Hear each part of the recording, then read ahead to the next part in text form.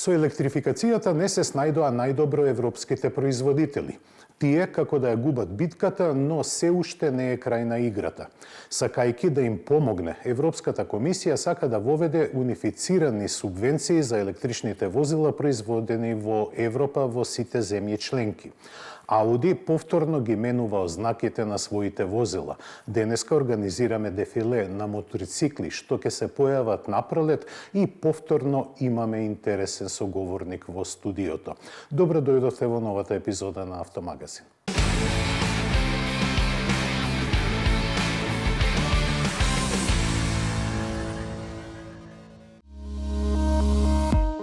Заклучувајќи дека Европа заостанува во електричната трка, креаторите на економската политика на стариот континент работат на предлог за воведување заеднички субвенции. Намерата е да се даде поддршка на европските автомобилски производители додека продорот на кинеските компании се кочи. За да успее ова решение, кое се смета за прагматично, субвенциите треба да бидат усогласени низ сите земји членки на Унијата. Нивното нудење само на поединечни пазари не може да придонесе за значителен напредок во етаблирањето на електричните возила. Скапата транзиција на индустријата не дозволува похрабри чекори од сегашните, бидејќи волуменот на производство зависи од расположението на пазарот, кое е доста променливо. Јасно е дека престојните години ќе бидат клучни за подобрувањето на кондицијата на европските производители, а со тоа и останувањето во трка за чисти технологии.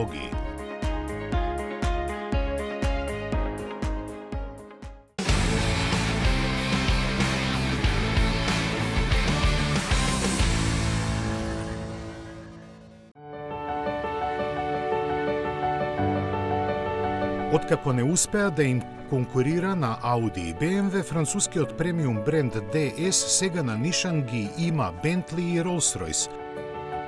Амбициозните цели за пазарно репозиционирање кон луксузниот сегмент ги истакна лично дизајн шефот на компанијата Тиери Метроз, кој кажа дека DS треба да биде Луи Витон во автомобилскиот свет.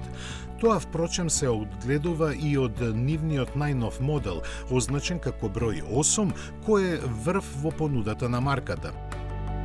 Секако за остварување на вакви аспирации ќе требаат години, па дури и децении, но поентата е во тоа возилата да бидат засновани на квалитетот на деталите како во поглед на дизајнот, така и при изборот на материјали и нивната обработка.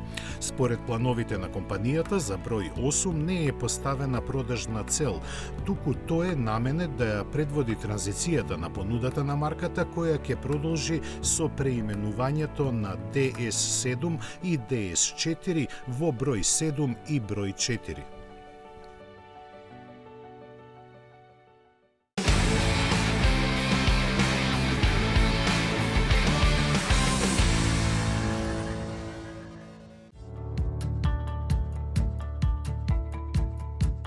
По само една година користење на новите ознаки, германскиот луксузен бренд се враќа на својата стара стратегија за именување возила. Во иднина бројките повторно ќе се однесуваат строго на големината на возилото, а не на типот на погонската единица. За да се разликуваат автомобилите со мотор со внатрешно согорување од целосно електричните модели, ќе биде вклучена една од следниве добро познати суфикси: TFSI за бензин, TFSI E за плагин хибрид, TDI за дизел мотори и e-tron за електричните модели. Во Инглштад ќе продолжат да го користат А за автомобили и Q за кросовери.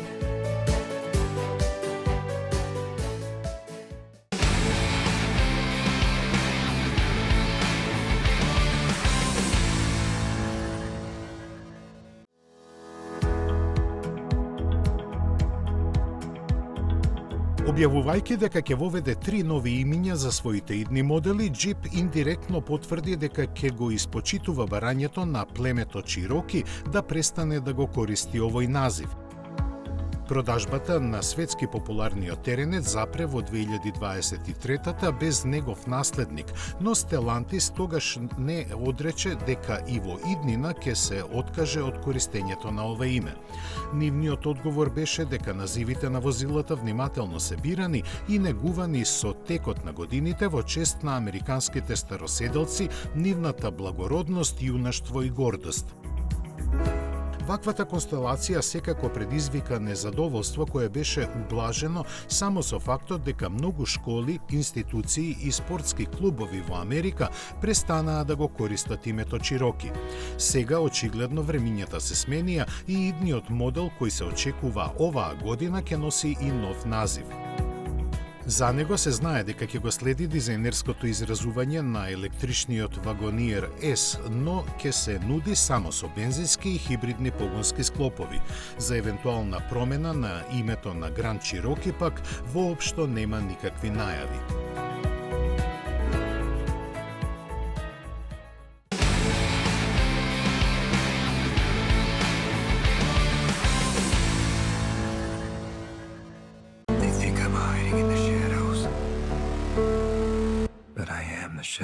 MG не е трн во око само на европските производители.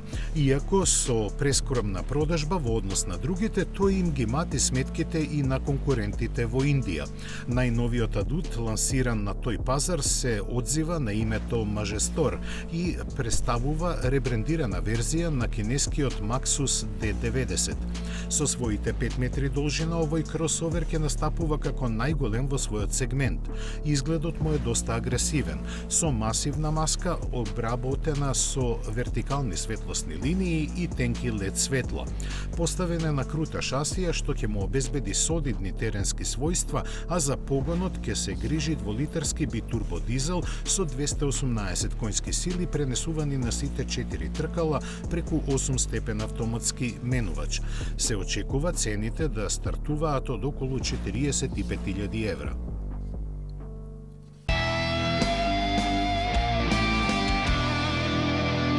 15 години вие одбирате, ние купуваме за 24 часа. 15 години над 10.000 клиенти. 15 години општествено одговорна компанија. 15 години доверба. 15 години лидери на пазарот. Финансираме патнички возила, комерцијални возила, камиони, ловни објекти, опрема и машини за вашиот бизнис. Во потрага сте по совршен автомобил? Со Chery добивате повеќе. Закажи тест возење на chery.mk. Кога ќе ве привлече нешто, а не знаете зошто. Во тој момент како некој да зборува со тебе. Запознај го новиот 408 со дизајн кој заведува повеќе отколку што очите можат да восприемат. Алюр и страст од секој агол. Тоа што вистински зборува со нас е нашиот внатрешен глас кој страстно шепти од нашата душа. Алюринг, новиот Peugeot 408. Во потрага сте по совршен автомобил? Со Chery добивате повеќе. Закажи тест возење на chery.mk.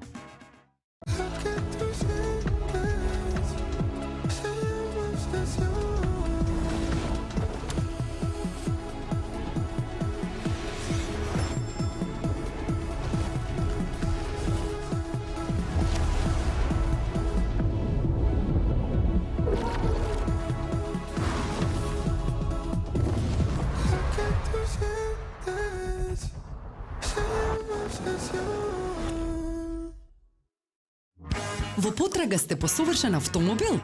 Со Chery добивате повеќе. Закажи тест возење на chery.mk. Метрополис, број 1 радиомрежа.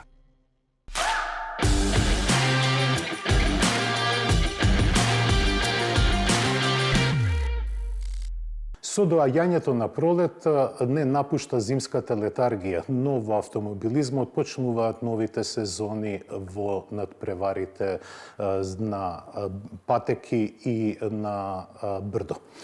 Денешен гостин ни е повторно Ристо Вуков, нашиот единствен учесник во Порше Суперкупот. Минатата година беше дебитантска за вас во Порше Суперкуп и завршивте вкупно на 20-то место. Оваа сезона што се подготвува? Така, пред се ти благодарам за гостопримството. Како што кажа, минатата година завршив 20 во генерален пласман, со што имав 2 пропуштени трки поради повреда на зглобот на ногата. Најдобар пласман 9-то место на последната трка на Монца, што беше, ајде да кажам, едно моје изненадување, затоа што имав 2 месеци, скоро повеќе од 2 месеци пауза и буквално дојдов, кажам, на последната трка неприпремен и успеав да го направам генерално и мојот најдобар пласман во Порше Суперкупот, 9-то место. Во Порше Суперкупот автомобилите се Порше GT3, но немаат ABS. Немаат ABS и немаат traction control, односно систем за проклизање, со што го прави, ајде да кажам, возилото многу захтевно, односно тешко за возење. Тоа значи тоа за еден возач во Порше Суперкуп. Кои се калкулациите при возењето? Најголемиот проблем, најголемата тежина е всушност ABS-от. Зашто? Затоа што немате антиблок систем, односно морате ајде да кажам, да го имате тој одличен осет колку да притиснете на сопирачката. Зошто? Затоа што е многу лесно да се блокира. Една споредба, значи со ABS, ако имаме пример бари е притисок на кочницата околу 120, без ABS е околу 60, значи на упола.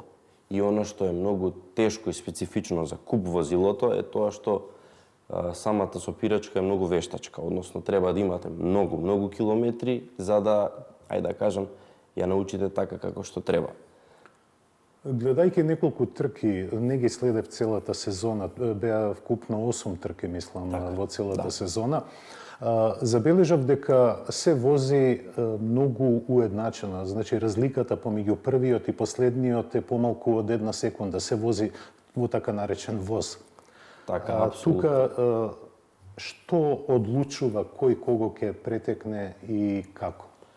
Најбитни се квалификациите. Можам да кажам дека за време за една трка и јас буквално со другите конкуренти не заостанувам и можам да кажам дека сум еден во топ 10 возачи за трка, за race pace, што би рекле на наша терминологија. Но најголемиот проблем се квалификациите, односно тој е еден даден круг. Зошто? Затоа што имаш, значи, како и во Формула 1, ние имаме буквално еден круг, односно еден круг функционира гумата. Треба да се излагаме од боксот, загревачки круг, веќе следниот круг треба да биде оној flying lap, летечи круг, каде што треба буквално да дадете од себе 150%. Ако дадете 100%, сте последен. Така да тој е најголем проблем. Зашто кажувам која е разликата и тоа е тој оној тренинг кој е најбитен. Значи тренинг со нови гуми, односно колку повеќе сета на нови гуми за да знаете да го искористите максималниот потенцијал во тој даден круг. Споменавте тренирање. Каде тренирате и како? Тренираме на сите стази, уствари, сите патеки кои ги возиме, во дадени термини се договара, све зависи од терминот, од тимот, кога има слободно, како има слободно, пошто не сум само јас, не се само Омбра Рейсинг, него има и други тимови, има и формула болидите. Така да, но споредбено со другите возачи, јас сум возач кој тренира најмалку, односно и возач кој вози само еден шампионат. До минатата година возев само еден шампионат, бев едини воzač кој возеше само во Порше Суперкупот, додека останатите возат по минимум 2 до 4 шампионати. Оваа година дали се спремате за уште некој шампионат? Сами кажавте дека сте единствениот во Порше Суперкуп што го вози само тој куп. Така би сакал, све нормално, све зависи, ќе дојдеме до таа тема, се надевам, се зависи до финансиите, би сакал да возам уште еден шампионат, дали тоа ќе биде италијанскиот, дали ќе биде тој Порше Бенелукс. И заедно нормално со Порше Суперкупот со цел да тренирам повеќе, односно да имам нон-стоп километри и нон-стоп да видам во возилото. Колку чини да се избутка една сезона во Суперкуп или во некој друг куп? Една сезона во Порше Суперкупот кошта околу 500.000 евра, све зависи од тренинзите. Сега, ако јас додадам уште еден шампионат заедно со, пример, Омбра Рейсинг, цела сезона би ме коштала околу 750-800.000 евра, што е премногу за наши услови, но пакетот кој би го добил е многу добар. Како се снаоѓате со финансии? За жал многу тешко, како и до сега, како и вие 5 години, и цел живот уствари, ајде да кажам, овие 5 години ми се, ајде да кажам, јас се мачам, буквално водам борба со тие, да кажам, финансии, со тие спонзори. Секоја година е на мускули, секоја година е на молење, на буткање, не можам да кажам, пак, она што сум денес сум благодарен на овие наши македонски спонзори.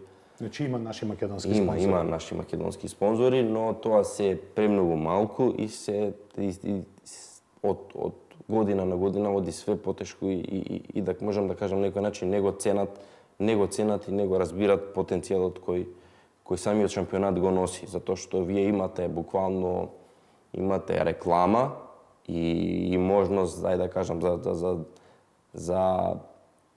за ширење на така наречен бизнис во Формула 1 буквално за многу мали пари. Знаеме дека во Формула 1 буџетите се премногу големи. Да. Така да ние возиме заедно со Формула 1, односно европските патики. Борбата е секоја година све потешка и потешка. Од оваа година се пренасочивме на изненаѓање на спонзори од Европа, Дубај, Дали има интерес Лондон, Америка, многу. За македонски возач да добие средства и шанса да ги рекламира? Апсолутно, можам да кажам дека интересот е премногу голем, дури сум многу позитивно изненаден. Единиот проблем е што за оваа година малку касно го почнав тој процес, затоа што, пример, како да кажам, менаџери за фудбал, за кошарка, за ракомет има милион во светот. За автомобилизам се многу малку и е многу потешко да сватите како функционира тој начин на изнаоѓање на спонзори. Така да можам да кажам дека не знам колку ќе бидеме спремни за 2025, но за 2026 ќе бидеме, можам да кажам, еден од подобрите возачи и со финансии, и со спонзори, секако што треба. Дали оваа година во Порше Суперкупот ќе има некои технички измени? Не, оваа година останува се исто во Порше Суперкупот. Тие така наречени измени ќе ги видиме во 2026-та, каде што само во Порше Суперкупот, значи има ново возило, односно 992.2 GT3 Cup, каде што единствена измена ќе биде што возилото ќе биде со ABS, односно со антиблок систем, што е многу добро во овој случај за возачи како мене кои не се воведува тракцијата, не се воведува трачен контролот, само ABS-от што ќе биде од одлична корист за возачи како мене, кои немаат многу километри во тркачко возило. Дали има патека која повеќе ви лежи и помалку ви лежи? И што е разликата тука? Па можам да кажам дека како патека зборам од Порше Суперкупот, од сите патики, овие Формула 1 патики, не е стаза која најмногу ми лежи е Монца. Сепак имам, ајде да кажам, мина труд, искуство, добри резултати и во италијанскиот пред тоа. Оваа година како најдобар резултат во Порше Суперкупот 9-то место. Секоја стаза е, како да кажам, тешка за себе и секоја стаза е многу промедлива. Она што е многу карактеристично за овој шампионат е што како што кажав, возиме со Формула 1, кога одиме на приватни тренинзи, буквално начинот, стилот на возење е еден, сетирањето на возилото е комплетно друго. Кога ќе дојдеш на тркачки викенд, кај што има Формула 2, Формула 3, Формула 1 и Порше Суперкуп, е буквално како да сте буквално прв пат на стаза. Затоа што има многу повеќе гума, односно повеќе така наречен грип и се менува буквално све. Како начинот на кочење, како сетирањето на возилото, буквално е све различно. Од поново, од нула. И тоа е тоа што го прави многу тешко и голем предизвик за тимовите како да се справат во тој даден момент, затоа што не е тоа на некој начин тренинг, него е тоа знаење, размена на искуството меѓу инженерите и нормално возачот. Јас ви благодарам на одвоеното време. Посакувам новата сезона која ќе започне во мај. нели? мај Да ви биде уште поуспешна се надевам. и да имате уште повеќе спонзори. Ви благодарам на гостувањето. Ви благодарам на гостопримството и ќе се надевам дека ќе се израдуваме на големи успеси. Се надевам на тоа. А ние одиме понатаму со Автомагазин. Како што најавив на почетокот, денеска ви организираме дефиле на новите моторцикли кои ќе пристигнат од оваа пролет. Уживајте сите оние што ги сакате двете тркала.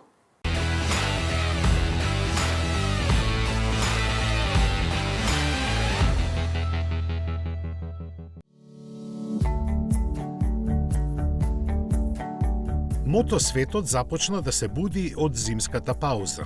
Новитети на две тркала подготвени за пазарно лансирање има за сите. Триумф, како и минатите години, е еден од повредните и годинава ја стартуваше со обновениот Speed Triple 1200 RS. Овој брутален уличен тркач во новиот круг во трката за купувачите ќе настапува со дополнителни заострени дизајни, помоќни перформанси и оптимирано однесување на асфалтот. Трицилиндричниот агрегат е засилен на 183 коњски сили благодарение и на полесниот и покомпактен Акрапович титаниумски издув со карбонска излезна капа. Возачот може индивидуално да ги поднесе својствата на полуактивното All-in сослонување според 7 параметри.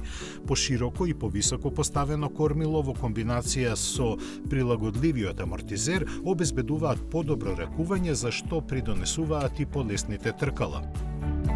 Електрониката вклучува контрола на подигнувањето на предното тркало, 5 програми за возење, а 5-инчниот TFT дисплеј, меѓу другото, има и навигација и аудио функции.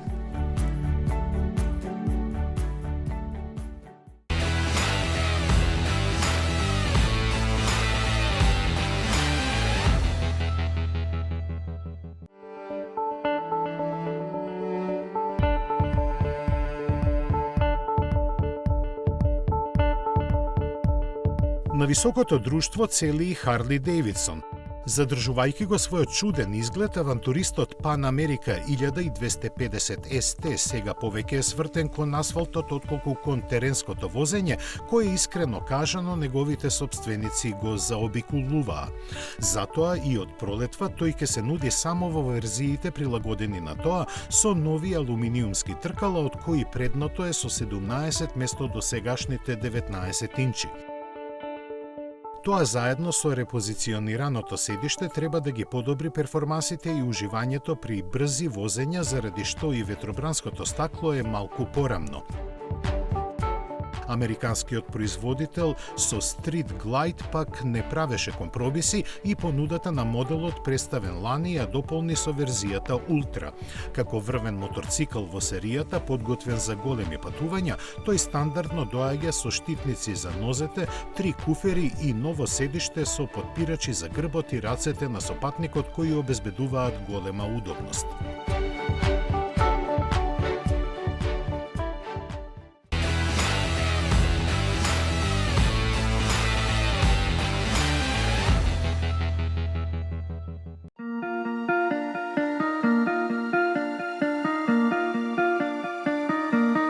Своето најдобро го обнови и BMW, освежувајќи го семејството крстосувачи R18.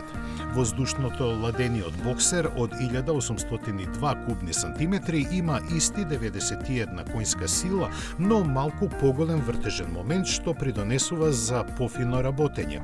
Другите генерално суптилни измени наменети се за оние кои ги сваќаат овие машини во кои се преплетуваат традицијата и модерните технологии и тие се однесуваат на опремата и можностите за персонализација. Редизајнирани се калниците, тркалата се други, а седиштата има подебела подлога и може да се извади со помош на скриено копче. Вилушката без класични ракави и новите издувни лонци го заокружуваат коктелот измени.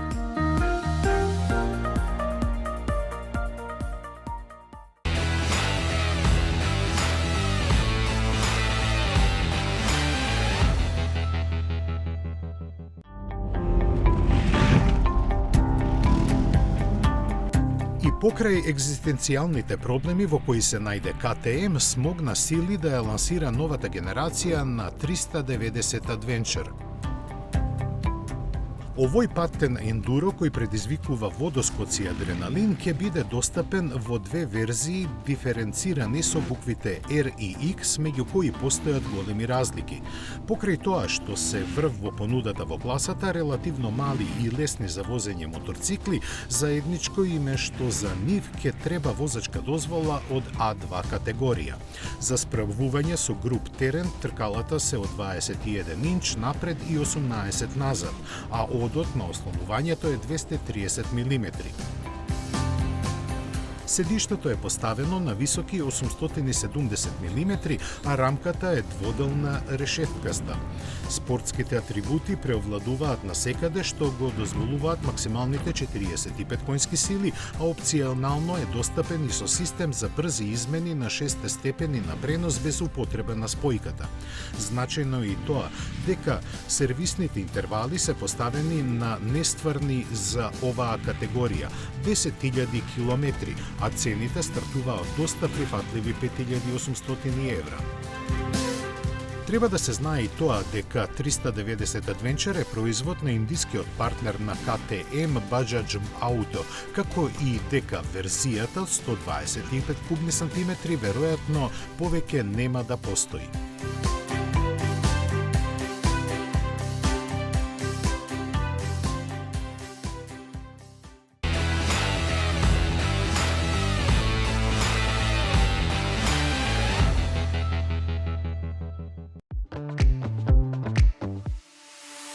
Новитети има и за оние кои времето го поминуваат на градскиот асфалт.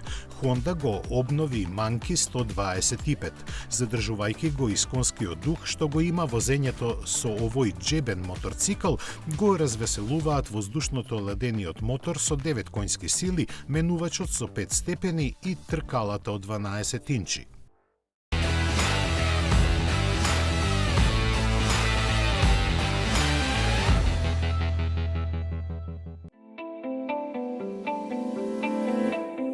На новата сезона ќе се радуваат и еколошки освестените. Сузуки го представи новиот електричен скутер.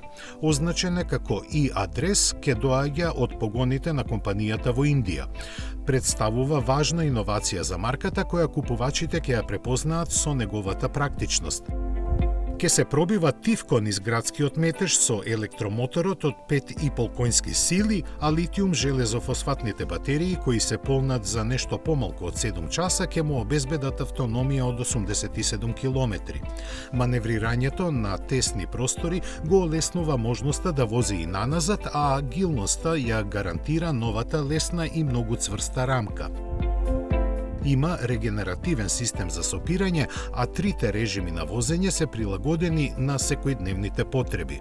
Под седиштото располага со простор за багаж од 17 литри, се стартува без клуч, а поврзувањето на TFT дисплејот со телефон се подразбира. Цените засега не се познати.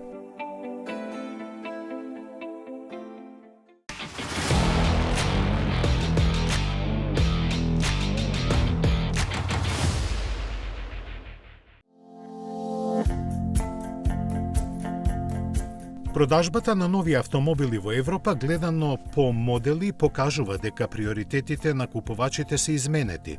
Според најновите податоци на J2 Dynamics, лидер на пазарот со 268.000 примероци и пораст на продажбата од 14,3% е Dacia Sandero.